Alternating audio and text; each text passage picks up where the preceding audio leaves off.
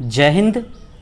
एक बार फिर से स्वागत है आप सभी का आपके ऑनलाइन स्टडी प्लेटफॉर्म समग्र जीएस स्टडी पर।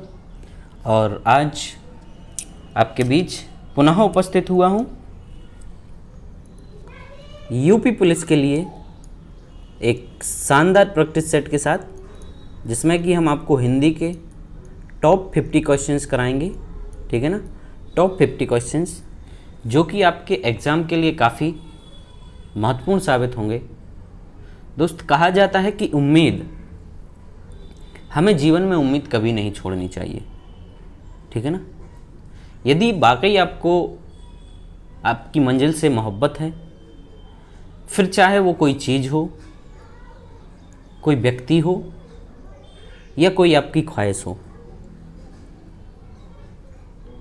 यदि उसको पाने के लिए आप मेहनत कर रहे हैं तो आपके रास्ते में उतार चढ़ाव आएंगे, अच्छे बुरे वक्त भी आएंगे, लेकिन आपको आपकी अपनी उम्मीद नहीं हारना है। ठीक है ना, और पूरी ईमानदारी के साथ मेहनत करनी है। एक दिन ऐसा वक्त आता है दोस्त कि आपकी जो ख्वाहिश है, ठीक है ना, आपकी जो मंजिल है वो आपको मिल जाती है। तो आपकी उसी ख्वाहिश और आपका जो बदी का सपना है, उसको साकार करने के लिए हम अपनी तरफ से कुछ बेहतरीन से प्रैक्टिस सेट लेकर आते हैं। तो दोस्त, आपको वीडियो को पूरा देखना है। ठीक है ना, और आपकी जो उम्मीद है, आपका जो सपना है, आपकी जो ख्वाहिश है, उसको साकार करने के लिए हम निरंतर आपके साथ लगे रहते हैं। ठीक है ना, तो मैं चाहता हूं कि आप सब लोग वीडियो को अधिक से अधिक ज़रूर देखें। आप लोग वीडियो को देख नहीं रहे हैं तो मैं चाहूँगा कि मुझे क्या सुधार करना चाहिए, इसके लिए आप अपने सुझाव हमें दे सकते हैं कमेंट के माध्यम से। ठीक है, और साथ ही जो भी मेरे भाई बहन चैनल पर पहली बार आए हैं तो वो चैनल को सब्सक्राइब ज़रूर करें। ठीक, ज़्यादा वक्त ना लेते हुए सीधे क्वेश्चंस की ओर बढ़ेंगे। तो चलिए शुरू करते हैं। क्वेश्चन है हमारा कि आँख शब्द का तत्सम रूप बताइए। आँख का तत्सम हमें बताना है यहाँ पर। ठीक है ना, तो आँख का जो तत्सम रूप होगा मेरे साथियों, वो क्या होगा? करेक्ट आंसर होगा आपका ऑप्शन नंबर डी, अक्षी। ठीक है ना, राइट आंसर क्या हो जाएगा? अक्षी हमारा यहाँ पर करेक्ट आंसर होता है। दूसरा क्वेश्चन देखेंगे, साखी शब्द का तत्सम रूप क्या है? साखी, साखी का आपका तत्सम होगा साथियों साक्षी। करेक्ट आंसर होगा ऑप्शन नंबर सी। ठीक है, सही उत्तर हो जाएगा आपका सी। तीसरा क्वेश्चन, रिक्शा किस भाषा का शब्द है? रिक्शा जो है, कह रहे हैं कि किस भाषा का शब्द है? तो रिक्शा जो है हमारा साथी कौन से का है? जापानी का है। आप लोग साथ साथ कमेंट करके ज़रूर बताते चलें कि कौन सा आंसर सही होगा। ठीक, नेक्स्ट है, उत्थान शब्द में कौन सा शब्द उपसर्ग है? उत्थान में उपसर्ग आपका कौन सा होगा? तो उत्थान, उत्प्लत्थान यानी उत्थान, सी हमारा उत जो है इसका उपसर्ग हो जाएगा। करेक्ट आंसर हो गया साथियों ऑप्शन नंबर सी। पांचवा प्रश्न, निम्नलिखित शब्दों में से कौन सा शब्द उपसर्ग रहित है? इसमें कौन से शब्द में उपसर्ग नहीं है? अपमान, अपना, आवरण, अपकीर्ति। तो अपना जो है इसमें कोई भी उपसर्ग नहीं है। ठीक है ना, राइट आंसर हो जाएगा ऑप्शन नंबर बी। नेक्स्ट है, निम्नलिखित शब्दों में कौन सी संधि है? हमें यहाँ से संधि बतानी है।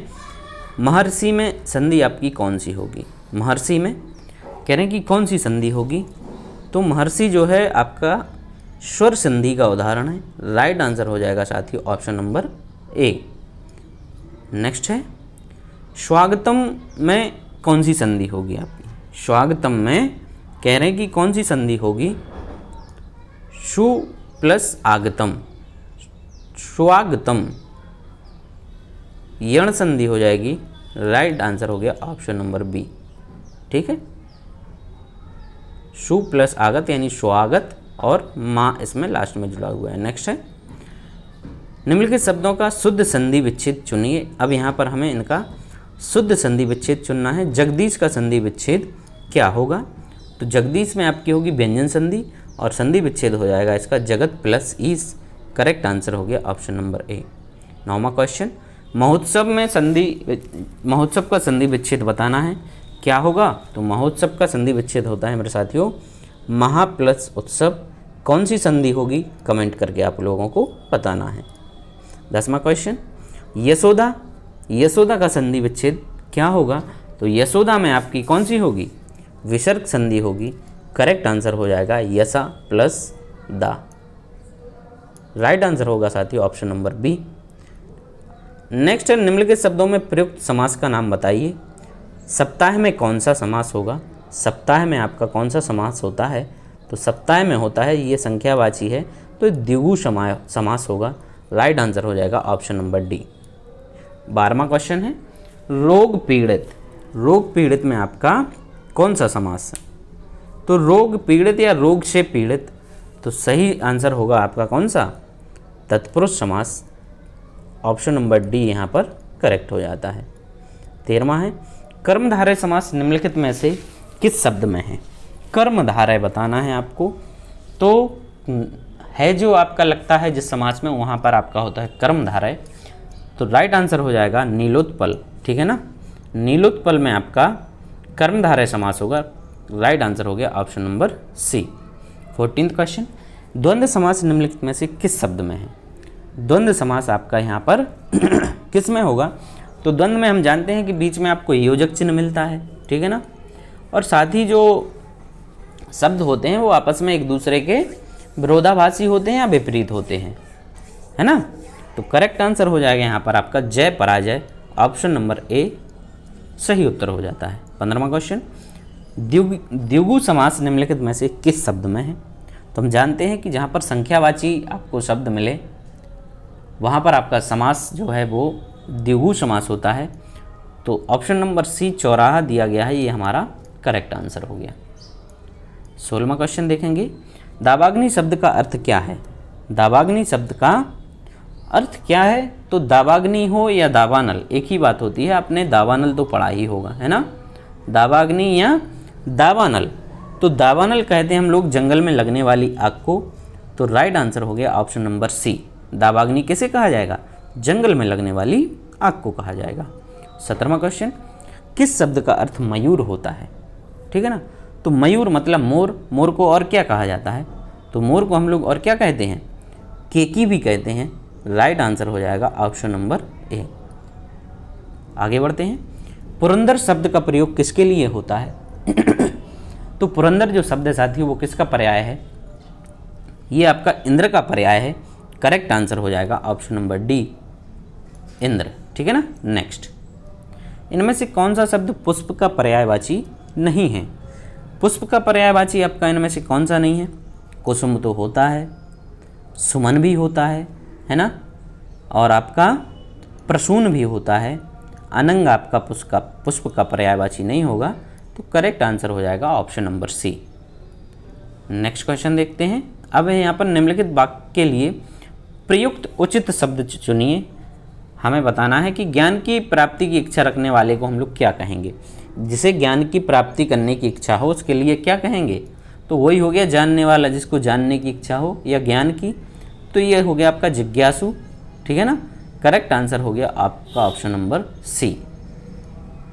21वां, जो किए गए उपकार को ना मानता हो, जो किए गए उपकार को ना मानता हो वो व्यक्ति कहलाता है, कहते नहीं भाई वो बड़ा ही कृतज्ञ है। ठीक है ना।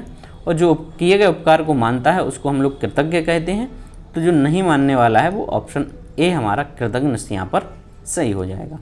22वां, जो हर समय दूसरों के दोष खोजता हो, जो हर समय दूसरों के दोष खोजता हो, हर समय, लेकिन हमारे दोष खोजने वाला जो होता है वो कहलाता है, मतलब जो कभी कभी आपके दोष बता दे वो निंदक होता है।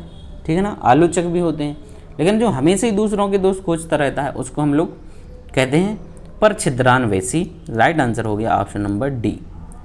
तो निंदक अपने पास या आपके आलोचक होना जरूरी है, क्योंकि कहा भी गया है कि निंदक नियरे राखिए, आंगन कुठी छवाए, और विन पानी साबुन बना निर्मल करत सुहाए।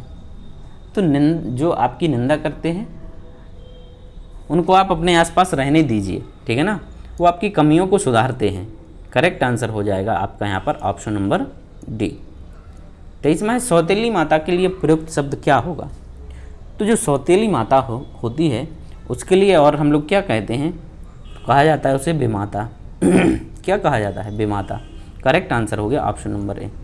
24वां जिसे जीता ना जा सके, जो जिसे जीता ना जा सके उसके लिए कहा जाता है अजय। राइट आंसर हो गया ऑप्शन नंबर सी।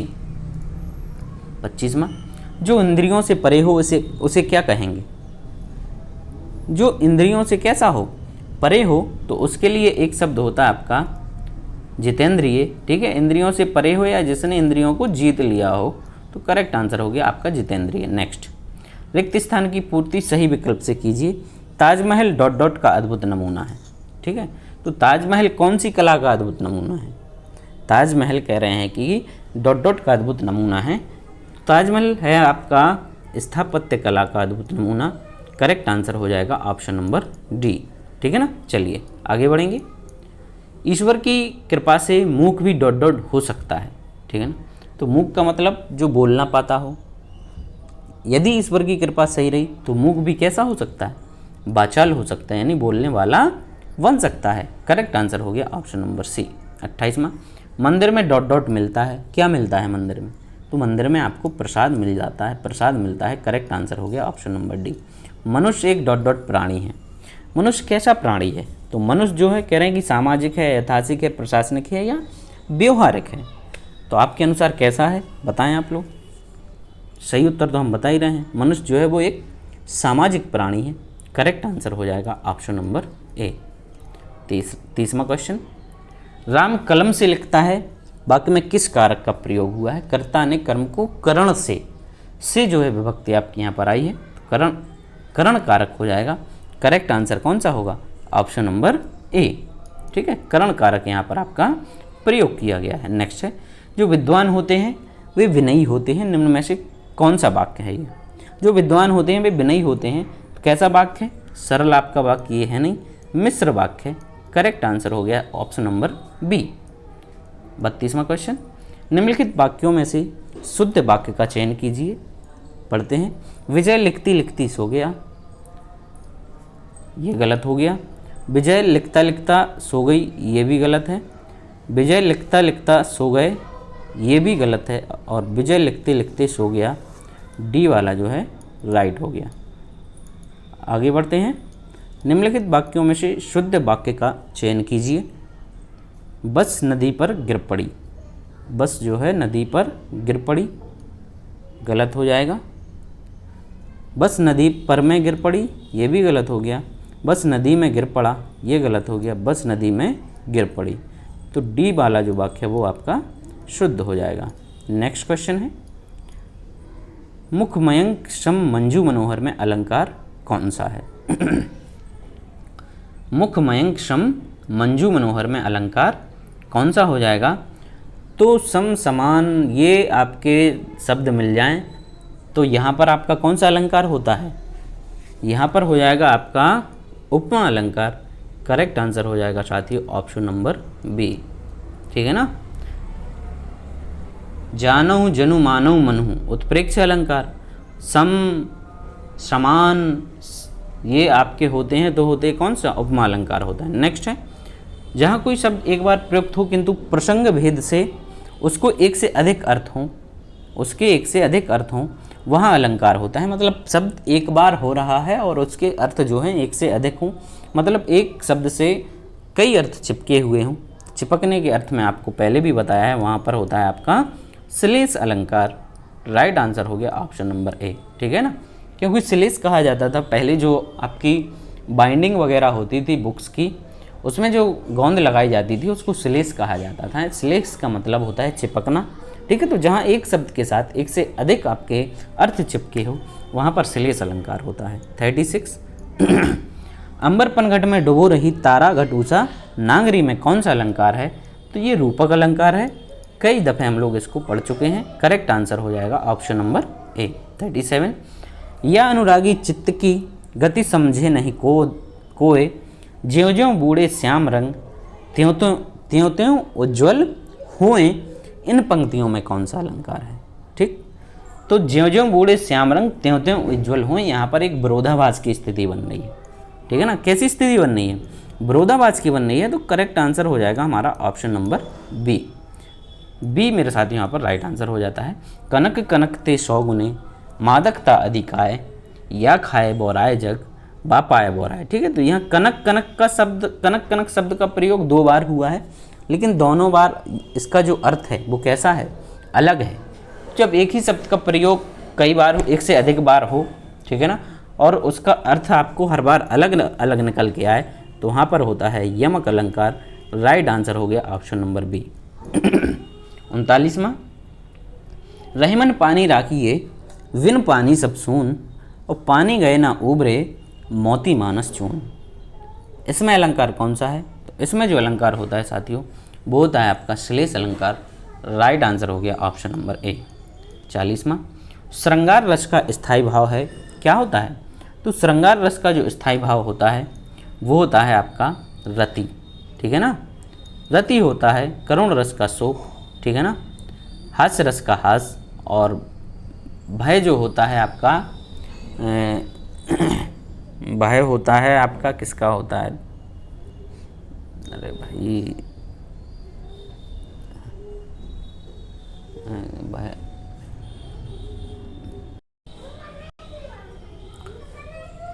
तो भय हो जाता है आपका भयानक रस का। ठीक है, यहाँ पर आपका करेक्ट आंसर हो गया डी, श्रृंगार रस का रति होता है। 14, बीभत्स रस का स्थायी भाव क्या होता है, तो बीभत्स रस का स्थायी भाव होता है जुगुप्सा। करेक्ट आंसर हो गया ऑप्शन नंबर ए।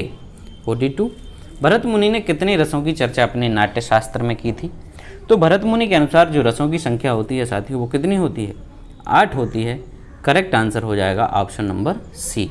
ठीक है ना, भरत मुनि के अनुसार रसों की संख्या है आपकी, उनके नाट्य शास्त्र में आपको 8 रसों की संख्या बताई गई है। नेक्स्ट है, शोभित कर नवनीत लिए डॉट डॉट में कौन सा रस है, शोभित कर नवनीत लिए में आपका हो जाएगा वात्सल्य रस। राइट आंसर होगा ऑप्शन नंबर बी। 44, श्री गुरुचरण सरोज रज निजमन मुकुर सुधार, और वर्णव रघुबर विमल जस जोदायक फलचार। इन पंक्तियों में कौन सा छंद है, तो इन पंक्तियों में जो छंद है ये आपको मिलेगी कहाँ पर, हनुमान चालीसा हम लोग पढ़ते हैं उसमें आपको ये दोहा मिलता है। ठीक है ना, तो ये दोहा है। करेक्ट आंसर हो गया ऑप्शन नंबर ए। 45 देखेंगे, किस छंद में 6 चरण होते हैं, 6 चरण आपके कौन से छंद में होते हैं, तो 6 चरण होते हैं मेरे साथियों छप्पय में। किस में होते हैं, छप्पय में होते हैं। करेक्ट आंसर हो गया ऑप्शन नंबर ए।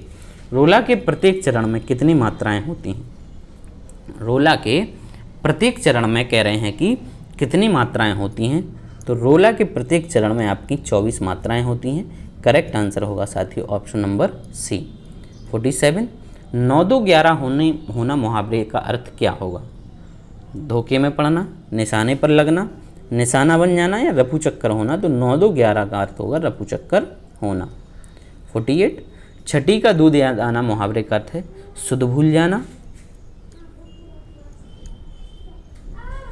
बहुत कष्ट होना, बचपन याद करना, और बच्चों जैसा व्यवहार करना। तो छठी का दूध याद आना कब याद आता है, जब आप कैसे हो, बहुत कष्ट में हो। करेक्ट आंसर हो जाएगा ऑप्शन नंबर बी। नेक्स्ट, कहाँ राजा भोज कहाँ गंगू तेली, लोकोक्ति का अर्थ होगा आकाश पाताल का अंतर होना, ऊट पटांग बात करना, राजा और सामान्य व्यक्ति की तुलना, राजा भोज और गंगू तेली के बीच तुलना करने का प्रयास करना। तो आकाश पाताल का अंतर होना इसका अर्थ हो जाएगा। करेक्ट आंसर हो गया ऑप्शन नंबर ए। अंतिम क्वेश्चन है, कह रहे हैं कि सरस्वती पत्रिका के संपादक कौन थे, सरस्वती पत्रिका के संपादक कौन थे, तो ये थे आपके महावीर प्रसाद द्विवेदी। करेक्ट आंसर हो जाएगा ऑप्शन नंबर बी। तो आई होप कि आपको वीडियो अच्छा लगा हो, यदि अच्छा लगा है तो दोस्त लाइक करिए, जम के शेयर करिए, ठीक है ना, और साथ ही कमेंट करके हमें बताएं कि वीडियो कैसा लगा है। Thank you.